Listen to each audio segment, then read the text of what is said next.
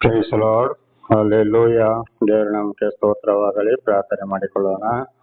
ಸರ್ವ ಸೃಷ್ಟಿಕರ್ತನಾದ ತಂದೆಯ ದೇವರೇ, ಮಗನ ದೇವರೇ, ಪರಿಶುದ್ಧಾತ್ಮನೇ, ನಿಮ್ಮ ನಾಮಕ್ಕೆ ಸ್ತೋತ್ರ ಸ್ವಾಮಿ. ಈ ದಿವಸವು ಈ ಸಮಯವು ಕೂಡ ನಿಮ್ಮಿಂದ ನೇಮಕವಾದಂತಹ ದಿವಸ ಸಮಯ, ಅದಕ್ಕಾಗಿ ನಿಮಗೆ ಸ್ತೋತ್ರ. ಈ ದಿವಸದ ಸಂದೇಶದ ಭಾಗವನ್ನು ಕೂಡ ಹೇರಳವಾಗಿ ಆಶೀರ್ವದಿಸಿ ನಿಮ್ಮ ಪವಿತ್ರಾತ್ಮನ ಮೂಲಕ ನಡೆಸುವುದಕ್ಕಾಗಿ ನಿಮಗೆ ಸ್ತೋತ್ರ. ನಿಮ್ಮೆಲ್ಲ ಉಪಕಾರಗಳಿಗಾಗಿ ಕೃತಜ್ಞತಾ ವಂದನೆಗಳು. ಯೇಸುವಿನ ನಾಮದಲ್ಲಿ ಪ್ರಾರ್ಥಿಸಿದ್ದೇನೆ ನಮ್ಮ ತಂದೆಯ ಆಮೆನ್. ಇದನ್ನು ಕೇಳುತ್ತಿರುವ ನನ್ನ ಸಹೋದರ ಸಹೋದರಿಯರೇ, ನಿಮ್ಮ ಕೂಡ ನನ್ನ ಹೃದಯಪೂರ್ವಕವಾದಂತಹ ನಮಸ್ಕಾರಗಳು. ಈ ದಿವಸವೂ ಕೂಡ ದೇವರು ನಿಮ್ಮನ್ನು, ನಿಮ್ಮ ಮಕ್ಕಳನ್ನು ಕೂಡ ಎಲ್ಲ ರೀತಿಯಲ್ಲಿ ಹೇರಳವಾಗಿಯೂ ಆಶೀರ್ವದಿಸಲಿ. ಈ ದಿವಸದ ಸಂದೇಶದ ಭಾಗವು 1 ಅರಸು 19ನೇ ಅಧ್ಯಾಯ 19ರಿಂದ 1 ಅರಸು 19ನೇ ಅಧ್ಯಾಯ 19ರಿಂದ. ದೇವರ ನಾಮಕ್ಕೆ ಸ್ತೋತ್ರವಾಗಲಿ. ವಚನದ ಕಡೆಗೆ ಹೋಗೋಣ. ನಿನ್ನೆ ಕೂಡ ನಾವು ನೋಡ್ಕೊಂಡಿದ್ದೇವೆ, ದೇವರ ಮಾತನ್ನು ಕೇಳದಿದ್ದಾಗ, ದೇವರು ಆರಿಸಿಕೊಂಡವರು ವಿರೋಧವಾಗಿ ನಡೆದಾಗ, ವಿಗ್ರಹಾರಾಧನೆಗೆ ಅವರನ್ನು ಹಿಂಬಾಲಿಸಿದಾಗ, ದೇವರು ಮತ್ತೆ ಅವರನ್ನು ಬೇರೆಯವರನ್ನು ಕರೆದು ಅವರ ಮುಖಾಂತರ ಕೊಳ್ಳಿಸ್ತಾರೆ. 3 ಜನರನ್ನ ಕರೆದ್ರು, ಒಬ್ಬರಿಂದ ತಪ್ಪಿಸಿಕೊಂಡ್ರೆ ಇನ್ನೊಬ್ಬರಿಂದ ತಪ್ಪಿಸಿಕೊಂಡ್ರೆ ಇನ್ನೊಬ್ಬರಿಂದ ಅಂತ ಹೇಳಿದ್ದನ್ನು ನಾವು ತಿಳಿದುಕೊಂಡಿದ್ದೇವೆ. ಹಾಗೆ ಬಹಳ ಎಚ್ಚರವಾಗಿರಬೇಕು.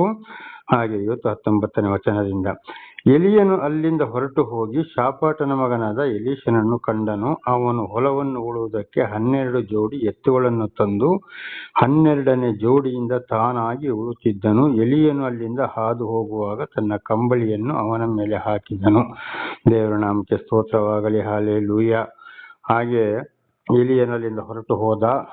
ಅಲ್ಲಿ ಇಸ್ರಾಯೇಲನ್ನು 7,000 ಮಂದಿಯನ್ನು ಮಾತ್ರ ಉಳಿಸ್ತೇನೆ, ಬಾಕಿ ಪೂರ್ತಿ ಜನರನ್ನ ಕೊಲ್ಲಿಸ್ತೇನೆ ಅಂತ ಹೇಳಿ 3 ಜನರನ್ನ ಕರೆದು ಎಲೀಷನ ಮುಖಾಂತರ ಅವರನ್ನು ಸಂಹಾರ ಮಾಡಕ್ಕೆ ದೇವರಲ್ಲಿ ಬಿಟ್ರು. ಅಲ್ಲಿಂದ ಮತ್ತೆ ಎಲಿಯನನ್ನ ಬೇರೆ ಕಡೆ ಕಳಿಸ್ತಾರೆ. ಹಾಗೆ ಇವತ್ತು ದೇವರು ಆರಿಸಿಕೊಂಡವರನ್ನ ಒಂದು ಕಡೆಗೆ ಕಳಿಸ್ತಾರೆ, ಅಲ್ಲಿ ತಿಳಿಸ್ತಾರೆ. ಒಂದು ವೇಳೆ ಮಾತನ್ನ ಕೇಳದೆ ಹೋದ್ರೆ ದೇವರಲ್ಲಿಂದ ಮತ್ತೆ ಆ ಸೇವಕರುಗಳನ್ನ ಬೇರೆ ಕಡೆಗೆ ಕಳಿಸ್ತಾರೆ. ಅಲ್ಲಿ ಮತ್ತೆ ಏನ್ ಮಾಡ್ತಾರೆ, ಬೇರೆ ವಿರೋಧಿಗಳನ್ನ ಮುಖಾಂತರ ಅವರನ್ನ ದೇವರ ಮಾತು ಕೇಳದವರ ಮುಖಾಂತರ ಅಲ್ಲಿ ಸಂಹಾರ ಮಾಡ್ತಾರೆ ಅಂತ ಇದರ ಅರ್ಥ. ಅಥವಾ ಬೇರೆ ಒಂದು ಕಾಯಿಲೆ, ಕಸಗಳು, ಕಷ್ಟ, ಸಂಕಟ, ದುಃಖಗಳು ಕೂಡ ಬರ್ಬೋದು. ಅದು ಈಗಲೂ ನಡೆಯುತ್ತಲೇ ಇದೆ. ಅಲ್ಲಿಂದ ಹಾಗೆ ದೇವರು ಎಲಿಯನ ಏನ್ ಮಾಡ್ತಾರೆ, ಬೇರೆ ಕಡೆಗೆ ಕಳಿಸ್ತಾ ಹೋದಾಗ ಅಲ್ಲಿ ಒಂದು ಮನುಷ್ಯ 12 ಜೋಡಿ ಎತ್ತುಗಳನ್ನು ಕಟ್ಟಿಕೊಂಡು ಉಳುತ್ತಾ ಇದ್ದ. ಅಂದ್ರೆ ಹೊಲದಲ್ಲಿ ಉಳುತ್ತಾ ಇದ್ದ. ಅಲ್ಲಿಂದ ಹೋಗುವ ಅದು ಯಾರು, ಆ ಮನುಷ್ಯ ಎಲೀಷನಾಗಿದ್ದಾನೆ. ಆದ್ರೆ ಎಲಿಯನು ಹೊದ್ದುಕೊಂಡಿದ್ದಂತ ಕಂಬಳಿಯನ್ನು ಈ ಎಲೀಷನ ಮೇಲೆ ಹಾಕಿದ ಅಂತೇಳಿ ನೋಡ್ತಾ ಇದ್ದೇವೆ. ಮುಂದೆ ಏನು ಅದರ ಅರ್ಥ ಅಂತ ನೋಡ್ಕೊಳ್ಳೋಣ.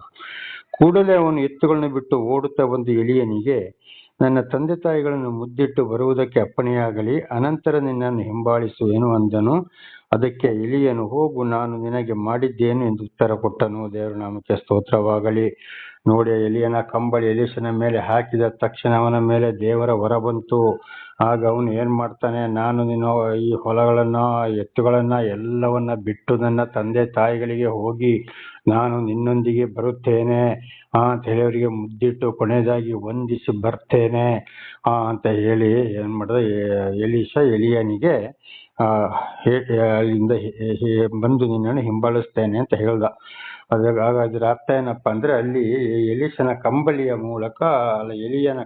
ಮೂಲಕ ಎಲೀಷನಿಗೆ ಅಲ್ಲಿ ಏನಾಯ್ತು, ಒಂದು ಆಶೀರ್ವಾದ ಹೋಯಿತು ಅಂತ ಇದರ ಅರ್ಥ. ಇದು ಹೊಸ ಒಡಂಬಡಿಕೆಯಲ್ಲಿ ಕೂಡ ನೋಡುವಾಗ 12 ವರ್ಷದಿಂದ ರಕ್ತಸ್ರಾವವಾದ ಒಂದು ಹುಡುಗಿ ಯೇಸುಸ್ವಾಮಿ ಹೋಗ್ತಾ ಇರುವಾಗ ಅವರ ಬಟ್ಟೆಯ ಅಂಚನ್ನು ಸ್ವಲ್ಪ ಮುಟ್ಟಿದ್ರಿಂದ ಆ ದೇವರ ಆಶೀರ್ವಾದ ಅವಳ ಶರೀರಕ್ಕೆ ಹರಿದು ಹೋಗಿ ರಕ್ತಸ್ರಾವ ನಿಂತು ಹೋಯಿತು.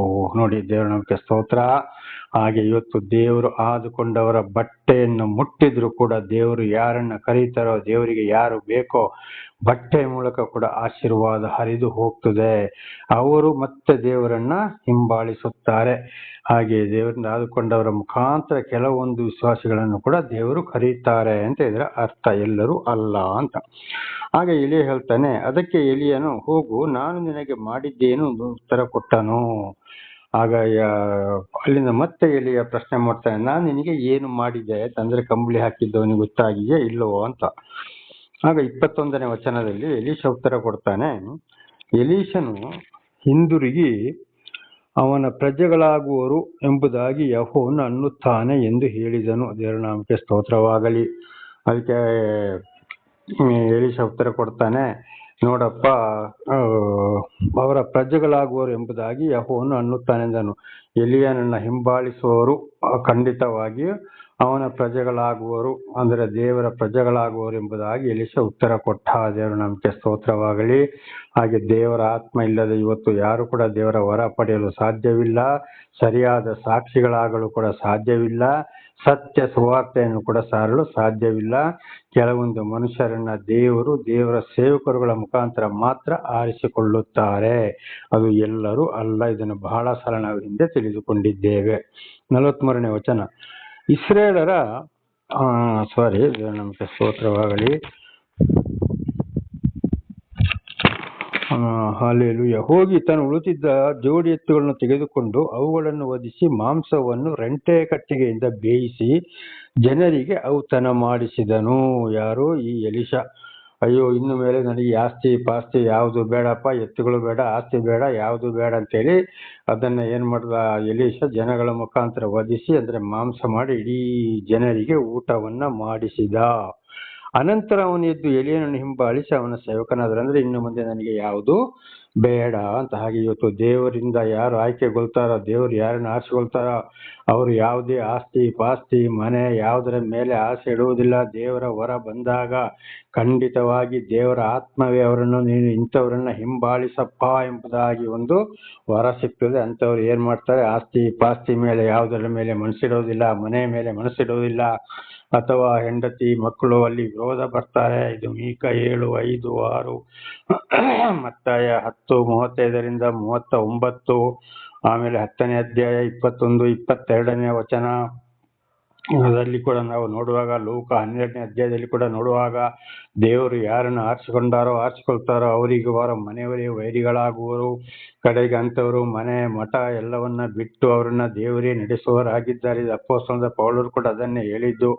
ನಾವು ಪರದೇಶಿಗಳಾಗಿದ್ದೇವೆ, ಇರಕ್ಕೆ ಮನೆ ಇಲ್ಲ, ಚಳಿಲಿ ನಡುಗಬೇಕು, ಬಿಸಿಲು ಉಣಬೇಕು, ಮಳೆಯಲ್ಲಿ ನೆನಗಬೇಕು, ನಾವು ಲೋಕದವರಿಗೊಂದು ಕಸವಾಗಿದ್ದೇವೆ, ನಾವೊಂದು ಪರದೇಶಿಗಳಾಗಿದ್ದೇವೆ ಅಂತೇಳಿ ಅಪೊಸ್ತಲನಾದ ಪೌಲರು ಕೂಡ ಇದನ್ನೇ ಹೇಳಿದ್ದು.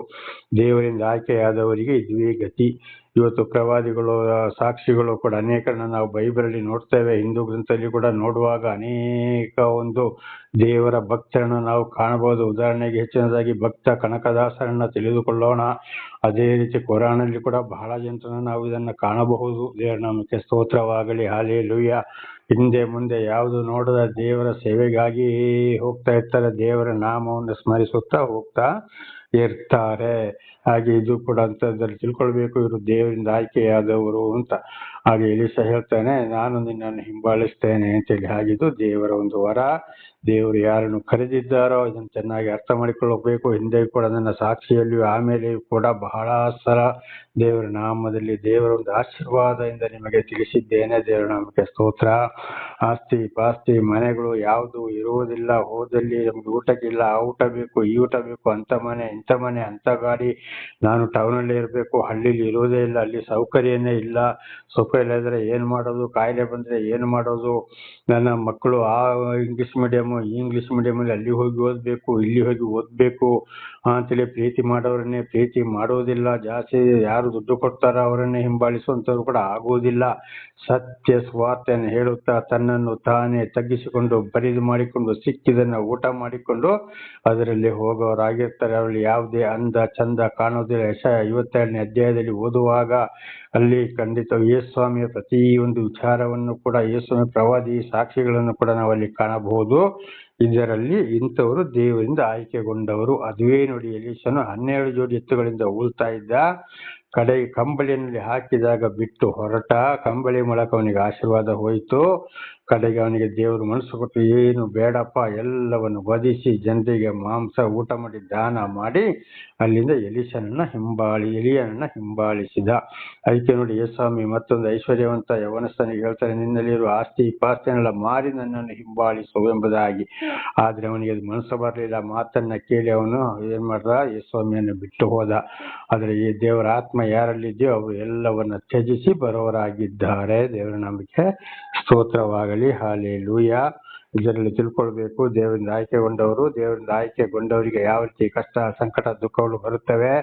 ದೇವರನ್ನು ಅರಿತುಕೊಂಡ ಗಂಡ ಒಂದು ಅನ್ಯ ಸ್ತ್ರೀಯನ್ನು ಮದುವೆ ಆದಾಗ ವಿಗ್ರಹಾರಾಧನೆಗೆ ಬಂದಾಗ ಯಾವ ರೀತಿ ಶಾಪಗ್ರಸ್ತರಾಗ್ತಾರೆ, ಯಾವ ರೀತಿ ಶಿಕ್ಷೆಗಳು ಅವರಿಗೆ ಬರ್ತವೆ. ದೇವರಿಂದ ದೂರ ಹೋದಾಗ ಅಂಥವ್ರನ್ನ ಹಿಂಬಾಲಿಸಬಾರದು, ಎಂಥವ್ರನ್ನ ಹಿಂಬಾಲಿಸಬೇಕು. ಈ ಎಲಿಯನ ಹಾಗೆ ಈಗಾಗಲೇ ಹೇಳಿದ ಹಾಗೆ ಹಿಂಬಾಲಿಸಬೇಕು ಅಂತ ದೇವರ ನಾಮಕ್ಕೆ ಸ್ತೋತ್ರ. ಆದ್ದರಿಂದ ಮತ್ತೊಮ್ಮೆ ದೇವರ ನಾಮದಲ್ಲಿ ತಿಳಿಸ್ತಾ ಇದ್ದೇನೆ, ನನ್ನ ಸಹೋದರ ಸಹೋದರಿಯರೇ, ಬಹಳ ಎಚ್ಚರ. ಇಂಥ ಸುಳ್ಳು ಬೋಧಕರು, ಪ್ರವಾದಿಗಳು, ಯಾಜಕರು, ಗುರೂಜಿಗಳು, ಸ್ವಾಮೀಜಿಗಳು, ಮಠಾಧೀಶರು, ಬ್ರಾಹ್ಮಣರುಗಳು ಅಂತ ಹೇಳಿಕೊಂಡು, ದೇವಮಾನವರು ಅಂತ ಹೇಳಿಕೊಂಡು ಖಂಡಿತವಾಗಿ ಯಾವುದೇ ದೇವರುಗಳಾದರೂ ಸರ್ವ ಸೃಷ್ಟಿಕರ್ತನ ದೇವರ ವಿಗ್ರಹಗಳನ್ನ ಕೂಡ ಆ ದೇವರು ಈ ದೇವರು ಅಂತ ಮಾಡಿಕೊಂಡು ನಂಬಬೇಡಿ, ಅಂಥವ್ರನ್ನ ಹಿಂಬಾಲಿಸಬೇಡಿ. ಅದೆಲ್ಲ ನಾಶವಾಗುವ ಒಂದು ಕಾಲ ಬರುತ್ತದೆ. ಈಗಾಗಲೇ ಬಂದು ಹೋಗಿದೆ. ಯೇಸುಸ್ವಾಮಿ ಜೆರುಸಲೇಮಿಗೆ ಪಸ್ಕ ಹಬ್ಬಕ್ಕೆ ಹೋದಾಗ ಅಲ್ಲಿಂದ ಹೊರಟು ಬಂದಾಗ ಶಿಷ್ಯರು ಜೆರುಸಲೇಮಲ್ಲಿ ದೊಡ್ಡ ದೊಡ್ಡ ಕಟ್ಟಡವನ್ನ ನೋಡಿ ಇದು ಎಂತೆಂತ ಎಷ್ಟು ದೊಡ್ಡ ಕಟ್ಟಡ ಅಂತ ಮಾತಾಡುವಾಗ ಅಲ್ಲಿ ಯೇಸುಸ್ವಾಮಿ ಒಂದು ಮಾತನ್ನ ಹೇಳಿದ್ದರು ಶಿಷ್ಯರಿಗೆ, ಇದನ್ನೆಲ್ಲ ಯಾಕೆ ನೋಡ್ತೀರಿ, ಕೆಡವಿ ಹಾಕುವ ಕಾಲ ಒಂದು ಬರುವುದು ಅಂತ ಇಲ್ಲಿ ದೇವರ ನಾಮಕ್ಕೆ ಸ್ತೋತ್ರ. ಹಾಗೆ ನೋಡಿ, ಒಂದೊಂದು ಕಡೆಗೆ ಚಂಡಮಾರುತ, ಬಿರುಗಾಳಿ, ಸುನಾಮಿ, ಬೆಂಕಿ ಬಿದ್ದು ಎಂತೆಂತ ಬಿಲ್ಡಿಂಗ್ಗಳು ಬಿದ್ದು ಹೋಗ್ತವೆ, ಸುಟ್ಟು ಹೋಗ್ತವೆ, ಕೊಚ್ಚಿ ಹೋಗ್ತವೆ, ಊರೇ ನಾಶವಾಗ್ತವೆ, ಬೆಟ್ಟ ಗುಡ್ಡಗಳು ಮರೀತವೆ. ಆಗ ಅಲ್ಲಿ ಮಸೀದಿಗಳು, ದೇವಸ್ಥಾನಗಳು, ಮಂದಿರಗಳು ಏನಾದ್ರೂ ಉಳಿತವೆ, ಅಲ್ಲಿ ಉಳಿಯೋದಿಲ್ಲ. ಯಾಕೆಂದ್ರೆ ದೇವ್ರು ಹೇಳಿದ್ದು, ಮನುಷ್ಯ ಕಟ್ಟಿದ ಗುಡಿಯಲ್ಲಿ ನಾನು ವಾಸ ಮಾಡುವುದಿಲ್ಲ, ನನಗೆ ಅದು ಬೇಡ, ನನ್ನ ಮಾತನ್ನ ಕೇಳಿ ನಡೆಯಿರಿ ಅಂತ ಒಂದೇ ಮಾತು. ನೋಡಿ, 46 ವರ್ಷ ಕಟ್ಟಿದಂತ ಯೆರೂಸಲೇಮ್ ದೇವಸ್ಥಾನ ಕೂಡ ಏನಾಯ್ತು, ಸ್ವಾಮಿ ಶಿಲುಬೆ ಮೇಲೆ ಕೂಗಾಡಿಕೊಂಡು ಪ್ರಾಣ ಬಿಟ್ಟ ಸಂದರ್ಭದಲ್ಲಿ ಆ ದೇವಸ್ಥಾನದ ಗೋಡೆಗೆ ಒಡೆದು ಹೋಯಿತು. ನಮಗೆ ಸ್ತೋತ್ರವಾಗಲಿ. ಹಾಗಿರುವಾಗ ಖಂಡಿತವಾಗಿ ಯಾವ ದೇವಾಲಯವು ಯಾವುದೇ ಬೇಕಾಗಿಲ್ಲ. ಇವತ್ತು ಕೋಟಿ ಖರ್ಚು ಮಾಡಿ ಸರ್ಕಾರದವರು ಕೂಡ ಆ ಮಂದಿರ ಈ ಮಂದಿರದಲ್ಲಿ ಕಟ್ತಾರೆ.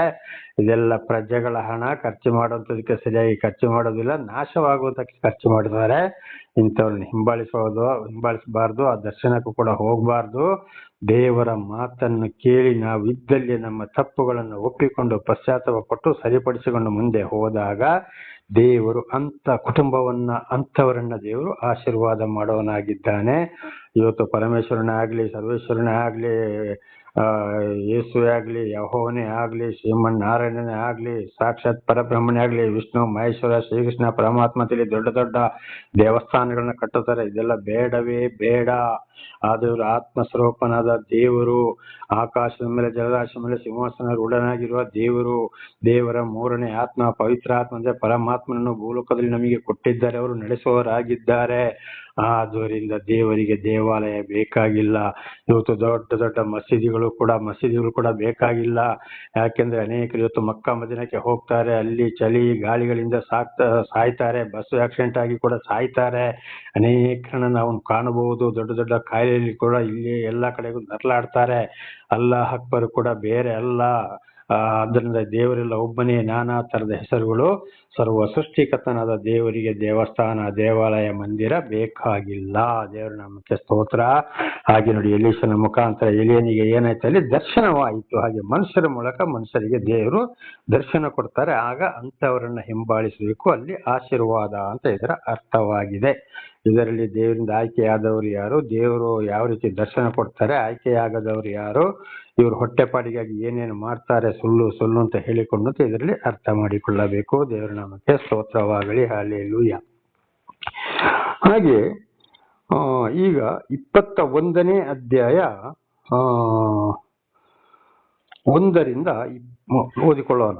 21ನೇ ಅಧ್ಯಾಯ 1ರಿಂದ ಓದಿಕೊಳ್ಳೋಣ. ದೇವರ ನಾಮಕ್ಕೆ ಸ್ತೋತ್ರವಾಗಲಿ. ಹಲ್ಲೆಲೂಯಾ. ಅಲ್ಲಿ ಮತ್ತೆ ಏನು ನಡೆಯಿತು, ಇಸ್ರೇಲಿಂದ ದೇವರು ಎಲಿಯನನ್ನ ಬೇರೆ ಊರಿಗಲ್ಲಿ ಕಳಿಸಿದ್ರು, ಅಲ್ಲಿ ಘಟನೆಗಳು ನಡೆಯಿತು. ಈಗ 21ನೇ ಅಧ್ಯಾಯ 1ರಿಂದ ಓದಿಕೊಳ್ಳೋಣ. ಅನಂತರ ಸಂಭವಿಸಿದ್ದೇನೆಂದರೆ, ಇಸ್ರೇಲಿನಲ್ಲಿ ಸಮಾರ್ಯದ ಅರಸನಾದ ಅಹಾಬನ ಅರಮನೆ ಹತ್ತಿರ ಇಸ್ರೇಲಿನವನಾದ ನಾಬೋತನೆಂಬ ಮನುಷ್ಯನ ದ್ರಾಕ್ಷೆ ತೋಟವಿತ್ತು. ದೇವರ ನಾಮಕ್ಕೆ ಸ್ತೋತ್ರವಾಗಲಿ. ಅವನೊಬ್ಬ ಐಶ್ವರ್ಯವಂತನಾಗಿದ್ದ, ದೇವರಿಂದ ಆದುಕೊಂಡದ್ದ. ಅಹಾಬ ಅಂದ್ರೆ ವಿಗ್ರಹಾರಾಧಕನಾಗಿ ಇಷ್ಟೆಲ್ಲ ಬಂದು ಹೋಯಿತು. ದೇವರು ಆರಿಸಿಕೊಂಡ್ರು ಕೂಡ, ಅವನ ಅರಸ ಮಾಡಿಕೊಂಡ್ರು ಕೂಡ. ಅವನ ಮನೆಯ ಹತ್ತಿರನೇ, ಅಂದ್ರೆ ಅವನೊಬ್ಬ ಇಸ್ರೇಲ್ ವಂಶದವನಾಗಿದ್ದ. ನಾಬೋತನೆಂಬ ಮನುಷ್ಯನ ದ್ರಾಕ್ಷ ತೋಟವಿತ್ತು. ದೇವರ ನಂಬಿಕೆ ಸ್ತೋತ್ರವಾಗಲಿ. ಹಾಲೆಲೂಯ. ಇನ್ನು ಇವನು ಏನಾಯ್ತಲ್ಲಿ ಅಹಾಬನು ಅಂತ ಹೇಳುವಂತ ದೇವರು ಆರಿಸಿಕೊಂಡ ಅರಸನ ಮನೆ ಹತ್ತಿರ ಇವನಿಗೆ ಒಬ್ಬ ನಾಬೋತ ಎಂಬ ಮನುಷ್ಯನಿಗೆ ತೋಟ ಇತ್ತು. ಮುಂದೆ ಏನಾಯ್ತು ನೋಡೋಣ. ಅಹಾಬನು ನಾಬೋತನಿಗೆ, ನಿನ್ನ ದ್ರಾಕ್ಷ ತೋಟವನ್ನು ನನಗೆ ಕೊಡು, ಅದು ನನ್ನ ಅರಮನೆ ಹತ್ತಿರವಿರುವುದರಿಂದ ಅದನ್ನು ಕಾಯಿಪಲ್ಯದ ತೋಟವನ್ನಾಗಿ ಮಾಡಿಕೊಳ್ಳುವೆನು. ಅದಕ್ಕೆ ಬದಲಾಗಿ ನಿನಗೆ ಅದಕ್ಕಿಂತ ಉತ್ತಮವಾದ ತೋಟವನ್ನು ಕೊಡುತ್ತೇನೆ, ಅದು ಬೇಡವಾದರೆ ಕ್ರಯವನ್ನು ಕೊಡುತ್ತೇನೆ ಎಂದು ಹೇಳಿದನು. ಯಾರು? ಇನ್ನು ಅಹಾಬ, ದೇವರಿಂದ ದೂರ ಹೋದಂತ ಅರಸ, ದೇವರಿಂದ ಕರೆಯಲ್ಪಟ್ಟ ಅರಸ. ಈ ದ್ರಾಕ್ಷ ತೋಟ ಇದ್ದವನಿಗೆ ಏನ್ ಹೇಳ್ತಾನೆ? ಅದು ನನಗೆ ಕೊಡಬೇಕು, ನನಗೆ ಕಾಯಿ ಪಲ್ಯ ಬೆಳೆಸ್ಲಿಕ್ಕೆ ನನಗೆ ಅದು ಬೇಕು, ನಿನಗೆ ದುಡ್ಡು ಕೊಡ್ತೇನೆ, ಇಲ್ಲಾಂದ್ರೆ ಇದು ಬೇಡವಾದ್ರೆ ಕ್ರಯವನ್ನು ಕೊಡ್ತೇನೆ, ನನಗೆ ನೀನು ಆ ತೋಟವನ್ನು ನನಗೆ ಕೊಡು ಅಂತ ಹೇಳಿ, ಖಂಡಿತ ಇದು ಅದಕ್ಕೆ ನಾನು ನಿನಗೆ ಬೇಕಾದ ದುಡ್ಡನ್ನು ಕೊಡ್ತೇನೆ ಅಂತ ಅರಸ ಈ ರೈತನ ತೋಟವನ್ನ ಕಿತ್ತುಕೊಳ್ಳಕ್ಕೆ ನೋಡ್ತಾನೆ. ಹಾಗೆ ಇದರ ಅರ್ಥ ಏನಪ್ಪಾ ಅಂದ್ರೆ, ಇವತ್ತೊಂದು ಐಶ್ವರ್ಯವಂತರು, ಹಣವಂತರು, ಅವರು ಅದರ ಪಕ್ಕದಲ್ಲಿ ಒಂದು ರೈತ ತೋಟ ಮಾಡಿಕೊಂಡು ಇವತ್ತು ಒಂದು ಒಳ್ಳೆ ಜೀವನ ನಡೆಸ್ತಾ ಇದ್ರೆ ಅವನನ್ನು ಹೇಗಾದ್ರೂ ಮಾಡಿ ಅಲ್ಲಿಂದ ಓಡಿಸ್ಬೇಕು, ಈ ತೋಟ ನನಗೆ ಬೇಕು ಅಂತೇಳಿ ಬಡವರ ತೋಟವನ್ನ ಕಿತ್ತುಕೊಳ್ಳುವವರಾಗಿದ್ದಾರೆ. ಇವತ್ತು ಕೂಡ ಅದುವೇ ನಡೀತಾ ಇದೆ. ಆದ್ರಿಂದ ಈ ಐಶ್ವರ್ಯವಂತರು, ದೇವರಿಂದ ದೂರ ಹೋದವರು, ದೇವರ ಆತ್ಮ ಇಲ್ಲದವರು, ಪ್ರಾಪಂಚಿಕ ಮೇಲೆ ಇದ್ದವರು, ಇಂಥವರನ್ನ ಬಹಳ ಜನ ಹಾಳು ಮಾಡ್ತಾ ಇದ್ದಾರೆ ಅಂತ ಇದ್ರೆ ಅರ್ಥವಾಗಿದೆ. ಅದು ಇವತ್ತು ಕೂಡ ನಡೀತಾ ಇದೆ. 3ನೇ ವಚನ 21:3.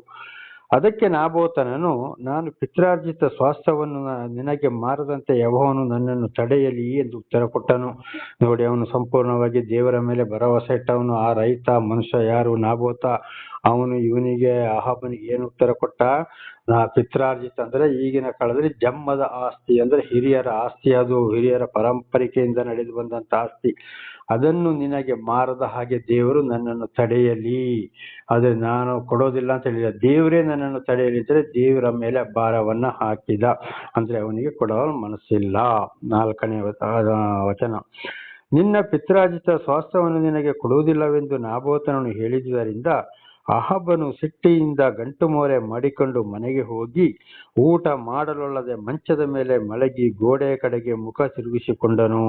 ಇವನು ಆಸ್ತಿ ಕೊಡೋದಿಲ್ಲ ಅಂತ ಹೇಳಿದಾಗ ಏನಾಯ್ತು? ಅವನ ಮೇಲೆ ಸಿಟ್ಟು ಬಂದು ಮನೆಗೆ ಹೋಗಿ ಊಟ ಕೂಡ ಮಾಡಲಿಲ್ಲ, ಗೋಡೆಯ ಕಡೆಗೆ ಮುಖ ಮಾಡಿ ಕೂತುಕೊಂಡ. ಯಾರ ಹೆಂಡತಿಯನ್ನು, ಅವರ ಮಕ್ಕಳ ವಿಷಯ ಗೊತ್ತಿಲ್ಲ, ಹೆಂಡತಿಯ ಮುಖ ಕೂಡ ಅವನು ನೋಡ್ಲಿಲ್ಲ, ಬೇಸರದಿಂದ ಕೂತುಕೊಂಡ. ಯಾಕೆಂದ್ರೆ ಆಸ್ತಿ ಕೊಡೋದಿಲ್ಲ ಅಂತ ಹೇಳಿಬಿಟ್ನಲ್ಲ.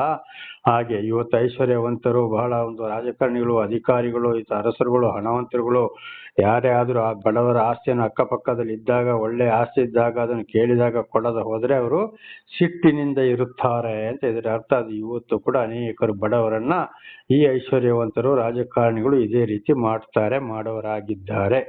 ಮುಂದೆ 5ನೇ ವಚನ. ಆಗ ಅವನ ಹೆಂಡತಿಯಾದ ಈಜೆಬೆಲಳು ಅವನ ಬಳಿಗೆ ಬಂದು ಅವನನ್ನು, ನೀನು ಯಾಕೆ ಊಟ ಮಾಡುವುದಿಲ್ಲ, ನಿನಗೆ ಯಾವ ಚಿಂತೆ ಇರುತ್ತದೆ ಎಂದು ಕೇಳಲು.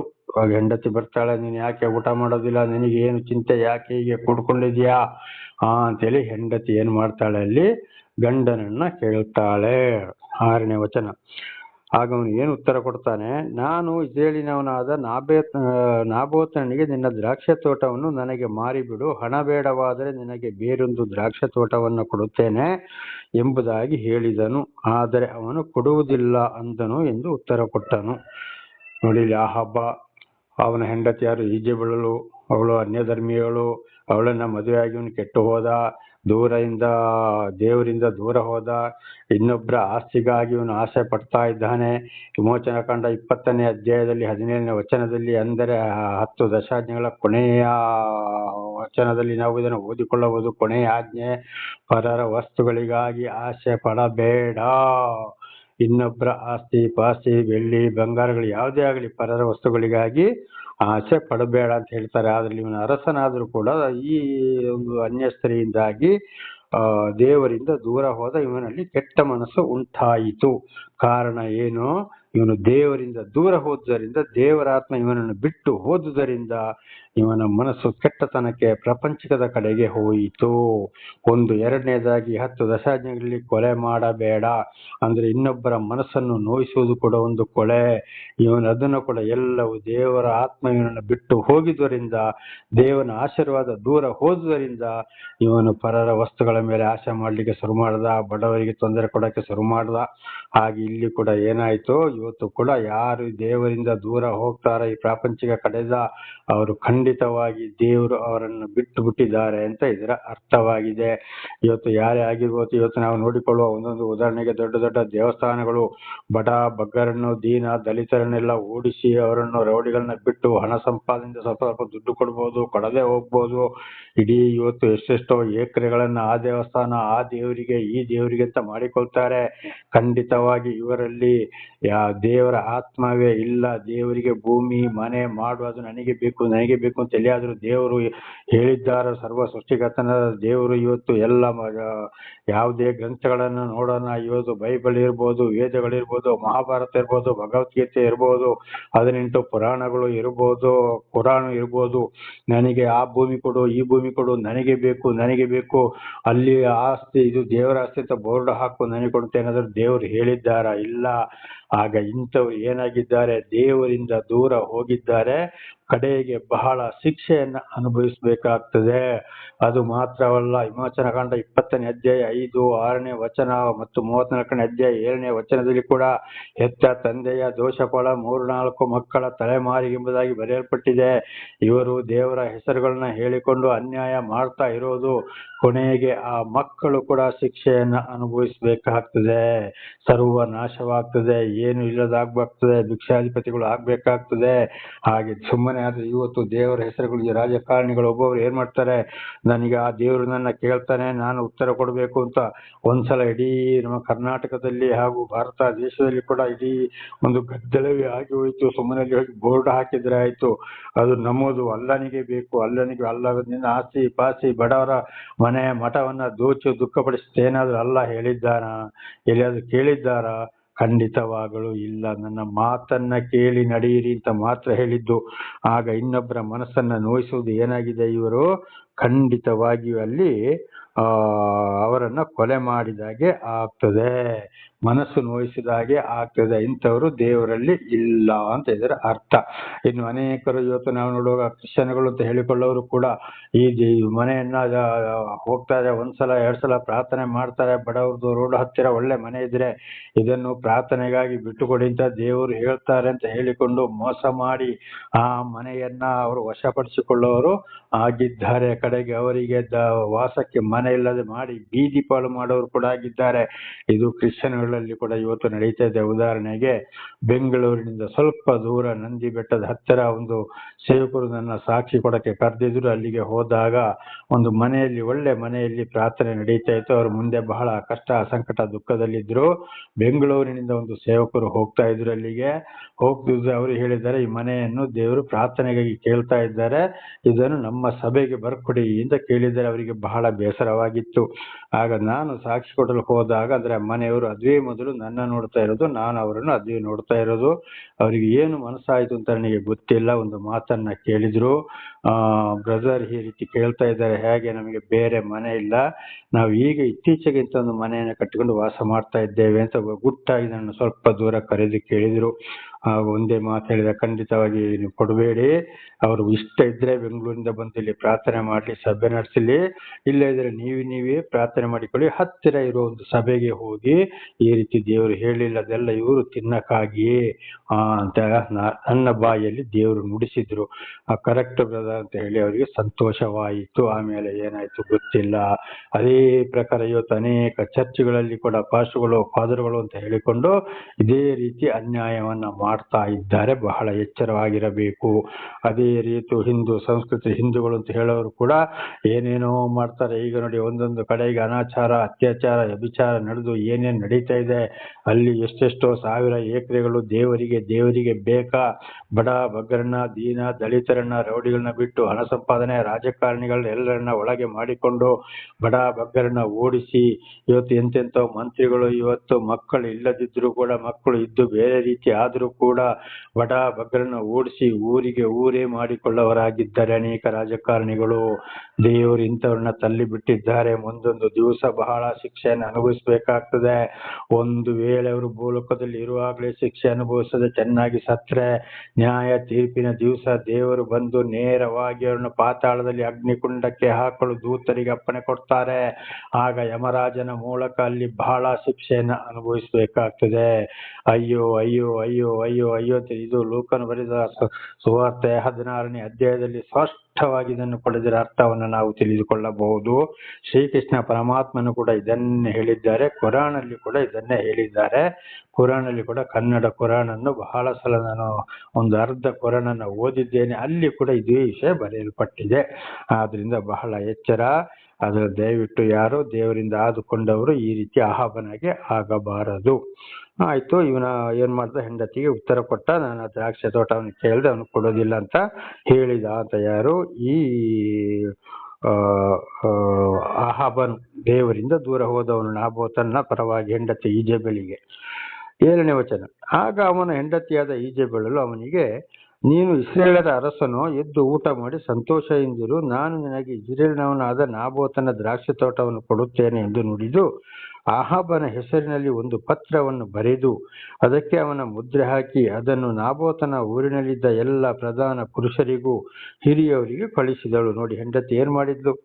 ಒಳ್ಳೆ ಹೆಂಡತಿ ಆಗಿದ್ರಲ್ಲಿ ಹೇಳ್ತಾ ಇದ್ಲು, ಬೇಡ, ಅವನು ಬಡಬಗ್ಗರ ಆಸ್ತಿ, ಅದು ನಮಗೆ ಬೇಡ. ನೀನು ಅರಸನಾಗಿದ್ದೀಯಾ, ಬೇಕಾದ ದುಡ್ಡು, ಹಣ, ಕಾಸು, ಆಸ್ತಿ ಇದೆ, ಅದು ನಮಗೆ ಬೇಡ ಅಂತ ಹೇಳ್ತಾ ಇದ್ಲು. ಆದ್ರೆ ಇವಳು ಕೂಡ ಏನ್ ಮಾಡಿದ್ರು? ಸೈತಾನ ಅವಳೊಳಗೆ ಹುಕ್ಕೊಳ್ಳಿ, ಇವಳ ಮನಸ್ಸು ಕೆಟ್ಟ ಮನಸ್ಸು, ಕೆಟ್ಟ ಹೃದಯ. ನೀನು ಊಟ ಮಾಡು, ಸಂತೋಷವಾಗಿ, ನೀನು ಸಂತೋಷವಾಗಿರು, ಅದನ್ನು ನಾನು ನಿನಗೆ ಕೊಡ್ತೇನೆ ಅಂತ ಹೇಳಿ ನಾಬೋತನ ಹೆಸರಿನಲ್ಲಿ ಏನ್ ಮಾಡಿದ್ರು? ಒಂದು ಕಾಗದವನ್ನು ಬರೆದು ಅದಕ್ಕೆ ಮುದ್ರೆಯನ್ನು ಒತ್ತಿ ಇಡೀ ಊರಿನವರಿಗೆ ಏನ್ ಮಾಡಿದ್ಲು? ಅಲ್ಲ, ಇದಕ್ಕೆ ನಾಬೋತನ ಊರಿನಲ್ಲಿದ್ದ ಎಲ್ಲಾ ಪ್ರಧಾನ ಪುರುಷರಿಗೂ ಹಿರಿಯರಿಗೂ ಕಳಿಸಿದಳು. ಏನು ಕಳಿಸಿದ್ಲು ಇವಳು? ಲೆಟ್ರು ಅಂದ್ರೆ ಒಂದು ಅರಸನ ಹೆಂಡತಿ, ಊರೊಳಗೆ ಹಿರಿಯರಿಗೂ ಪ್ರತಿಯೊಬ್ಬರಿಗೂ. 9ನೇ ವಚನ. ಅದರಲ್ಲಿ ಎಲ್ಲರೂ ಉಪವಾಸ ಮಾಡಬೇಕೆಂದು ಪ್ರಕಟಿಸಿ ನಾಬೋತನನ್ನು ನೆರೆದ ಸಭೆಯ ಮುಂದೆ ನಿಲ್ಲಿಸಿ, ಅವನು ದೇವರನ್ನು ಅರಸನನ್ನು ಶಪಿಸಿದವನೆಂಬುದಾಗಿ ಇಬ್ಬರು ದುಷ್ಟ ಮನುಷ್ಯರಿಂದ ಅವನಿಗೆ ವಿರೋಧವಾಗಿ ಸಾಕ್ಷಿ ಹೇಳಿಸಿ ಅವನನ್ನು ಹೊರಗೆ ಒಯ್ದು ಕಲ್ಲಿಸಿದು ಕೊಳ್ಳಿರಿ ಎಂದು ಬರೆದಿದ್ದಳು. ನೋಡಿ, ಸ್ವಂತ ಅರಸ ಬರ್ದಾಗೆ, ಬರ್ದಾಗೆ ಹೆಂಡತಿ ಬರ್ದಿರೋದು. ದೇವಸ್ಥಾನಕ್ಕೂ ದೇವರಿಗೂ ಅರಸನಿಗೂ ವಿರೋಧವಾಗಿ ಅವನು ಮಾತನಾಡಿದ್ದಾನೆ. ಸಭೆಯ ಮುಂದೆ ಅವನು ಕರೆಸಿ ನಿಲ್ಲಿಸಬೇಕು ಅಂತೇಳಿ ಈ ರೀತಿ ಹೇಳಿದ್ದು ಹೌದು ಅಂತೇಳಿ 2 ಕಳ್ಳ ಸಾಕ್ಷಿಗಳನ್ನು ಕೂಡ ತಯಾರು ಮಾಡಿದ್ಲು. ಅವನನ್ನು ಕಲ್ಲೆಸೆದುಕೊಳ್ಳಬೇಕು ಎಂಬುದಾಗಿ ಬರೆದಿದ್ಲು. ಇಬ್ಬರು ವಿರೋಧಿಗಳನ್ನು ಕೂಡ, ಏನೂ ಹೇಳದಂತ ಮನುಷ್ಯ, ಪಾಪ ಮಾಡದಂತ ಮನುಷ್ಯ, ಏನು ಮಾತನಾಡದ ಮನುಷ್ಯ, ದೇವರೇ ಅಡ್ಡ ನನ್ನನ್ನು ಮಾರದ ಹಾಗೆ, ನಿನಗೆ ಕೊಡದ ಹಾಗೆ ತಡೆಯಲಿ ಅಂತ ಒಂದೇ ಒಂದು ಶಬ್ದವನ್ನ ಮಾತ್ರ ಹೇಳಿದ್ದು. ಯಾರೋ ಈ ನಾಬೋತನ ರೈತ. ಆದ್ರೆ ಅವನ ಹೆಂಡತಿ ಮಾಡಿದ ಉಪಾಯ ನೋಡಿ, ಅಲ್ಲಿ ಏನ್ ಮಾಡಿ, 2 ಕಳ್ಳ ಸಾಕ್ಷಿಗಳನ್ನು ಕೂಡ ಹೌದು ಊರವರು ಬಂದು ನಿಂತಾಗ ಸಭೆಯ ಮುಂದೆ ಈ ರೀತಿ ಹೇಳಬೇಕು ಅಂತ ಹೇಳಿ ನೀವು ಹೇಳ್ಬೇಕು ಅಂತ ರೆಡಿ ಮಾಡಿ ಒಂದು ಪತ್ರವನ್ನು ಬರೆದು ಮುದ್ರೆಯನ್ನು ಒತ್ತಿ ಎಲ್ರಿಗೂ ಲೆಟರ್ ಕಳಿಸಿದ್ಲು. ನೋಡಿ, ಇವತ್ತು ಹೆಂಡತಿಯರು ಕೂಡ ಏನ್ ಮಾಡ್ತಾ ಇದ್ದಾರೆ ಅಂದ್ರೆ, ಇಂಥ ಹೆಂಡತಿಯರು ಕೂಡ ಇಂಥ ಒಂದು ಕೆಟ್ಟ ವಿಚಾರಕ್ಕೆ, ಇನ್ನೊಬ್ಬರನ್ನು ನಾಶ ಮಾಡಕ್ಕೆ ಗಂಡನಿಗೆ ಎಷ್ಟೋ ಸಹಾಯ ಮಾಡ್ತಾ ಇದ್ದಾರೆ. ಗಂಡನಿಗೆ ಉಪಾಯವನ್ನು ಕೂಡ ಹೇಳಿ ಕೊಡೋರಾಗಿದ್ದಾರೆ. ಆದರೆ ಕಡೆಗೆ ಈ ಗಂಡ ಹೆಂಡತಿ ಕೂಡ ಬಹಳ ಶಿಕ್ಷೆಯನ್ನು ಅನುಭವಿಸ್ತಾರೆ ಎಂಬುದಾಗಿ ಮುಂದಿನ ದಿವಸಗಳಲ್ಲಿ ಕೂಡ ನಾವು ಇದನ್ನು ಓದಿ ತಿಳಿದುಕೊಳ್ಳಬಹುದು. ಆಯ್ತು, ಮುಂದೆ ಏನಾಯ್ತು? ದೇವರ ನಾಮಕ್ಕೆ ಸ್ತೋತ್ರವಾಗಲಿ. ಈ 11ನೇ ವಚನ. ಅವನ ಊರಿನ ಹಿರಿಯರು ಪ್ರಧಾನ ಪುರುಷರು ಈಜೆಬೆಲು ಕಳಿಸಿದ ಪತ್ರದಲ್ಲಿ ಬರೆದಿದ್ದಂತೆ ಮಾಡಿದರು. ನೋಡಿಂದ ಅರಸನ ಹೆಂಡತಿ, ಇಡೀ ಊರಿನ ಅರಸನ ಹೆಂಡತಿ ಒಂದು ಲೆಟರ್ ಗಂಡನು ಬರ್ದಾಗೆ ಏನ್ ಮಾಡಿದ, ಇವಳು ಬರ್ದ್ಲು, ಮುದ್ರೆಯನ್ನು ಒತ್ತಿಸಿದ್ರು. ಹಾಗಾದ್ರೆ ರಾಜನಿಂದ ಅರಸನಿಂದ ಬಂತು ಅಂತ ಆಯ್ತಲ್ಲಿ. ಕಡೆಗೆ ಊರಿನವರಿಗೆ ಅದನ್ನು ತಿರಸ್ಕಾರ ಮಾಡಕ್ ಆಗೋದಿಲ್ಲ. ಅದರಂತೆ ಅವರೆಲ್ಲ ಸಭೆ ಸೇರಿದ್ರು. ನಾಬೋತನನ್ನು ಊರಿನ ಮುಂದೆ, ಆ ಸಭೆಯ ಮುಂದೆ ತಂದು ನಿಲ್ಲಿಸಿದರು. ಅದು ಉಪವಾಸ ಮಾಡಿಕೊಂಡು ಊಟ ಕೂಡ ಮಾಡಬಾರದು ಅಂತ ಇದರ ಅರ್ಥ. 12, ಅವರು ಉಪವಾಸವನ್ನು ಪ್ರಕಟಿಸಿ ನೆರೆದ ಸಭೆಯ ಮುಂದೆ ನಾಬೋತನನ್ನು ನಿಲ್ಲಿಸಿದರು. ಇಲ್ಲಿ ಏನಾಗಿದೆ, ಪ್ರತಿಯೊಂದು ಕಾರ್ಯ ಉಪವಾಸ ಮಾಡಿದ್ರೆ ದೇವರಿಂದ ಆಶೀರ್ವಾದ ಸಿಗ್ತದೆ ಅಂತ ಇಲ್ಲಿ ಗ್ರಂಥದಲ್ಲಿ ಬರೆಯಲ್ಪಟ್ಟಿದೆ. ಆದ್ರೆ ಯಾವುದಕ್ಕೆ ಉಪವಾಸ ಮಾಡಬೇಕು, ಏನ್ ಮಾಡಬೇಕು, ಉಪವಾಸ ಯಾಕೆ ಅಂತ ಇವರು ಸರಿಯಾಗಿ ಅರ್ಥ ಮಾಡ್ಕೊಳ್ಳಿಲ್ಲ.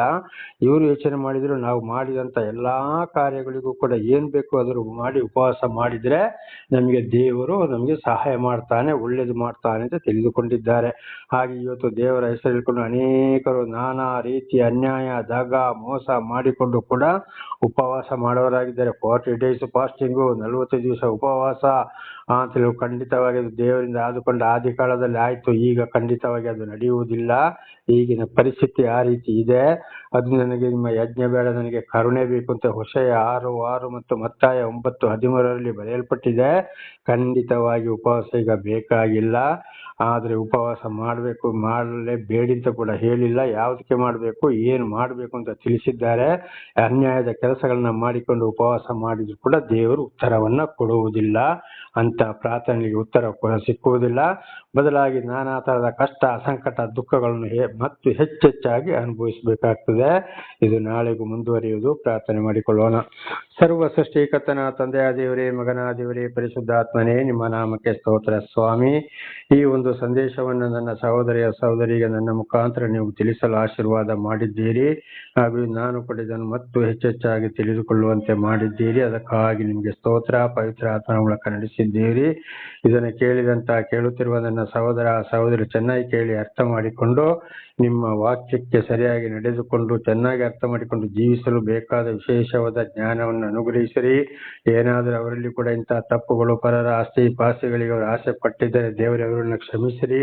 ಪಾಪ ಪರಿಹಾರ, ರಕ್ಷಣೆ ನಿಮ್ಮಿಂದಲೇ ಹೊರತು ಬೇರೆ ಯಾರಿಂದಲೂ ಇಲ್ಲ. ಅವರವರ ಮಕ್ಕಳನ್ನು ಅದೇ ಮಾರ್ಗದಲ್ಲಿ ನಡೆಸಿ ಅವರೆಲ್ಲರೂ ನಿಮ್ಮ ಸಾಕ್ಷಿಯನ್ನಾಗಿ ಜೀವಿಸಿ ನಿಮ್ಮ ಪ್ರೀತಿಯಲ್ಲಿ ನಡೆಸಿ ನಿಮ್ಮಿಂದ ಆಶೀರ್ವಾದ ಹೊಂದಿ ಜೀವಿಸುವಂತಹ ಗಡಿ ಹಾಗೆ ಮಾಡುವುದಕ್ಕಾಗಿ ಸ್ತೋತ್ರ. ನಿಮ್ಮೆಲ್ಲ ಉಪಕಾರಗಳಿಗಾಗಿ ಕೃತಜ್ಞತಾ ವಂದನೆಗಳು. ಯೇಸುವಿನ ನಾಮದಲ್ಲಿ ಪ್ರಾರ್ಥಿಸಿದ್ದೇನೆ ನಮ್ಮ ತಂದೆ, ಆಮೇನ್. ನನ್ನ ಸಹೋದರರೇ, ನಿಮಗೂ ಕೂಡ ನನ್ನ ಹೃದಯಪೂರ್ವಕವಾದಂತ ಧನ್ಯವಾದಗಳು. ದೇವರು ನಿಮ್ಮನ್ನು, ನಿಮ್ಮ ಮಕ್ಕಳನ್ನು ಹೇರಳವಾಗಿ ಎಲ್ಲಾ ರೀತಿಯಲ್ಲಿಯೂ ಆಶೀರ್ವಾದ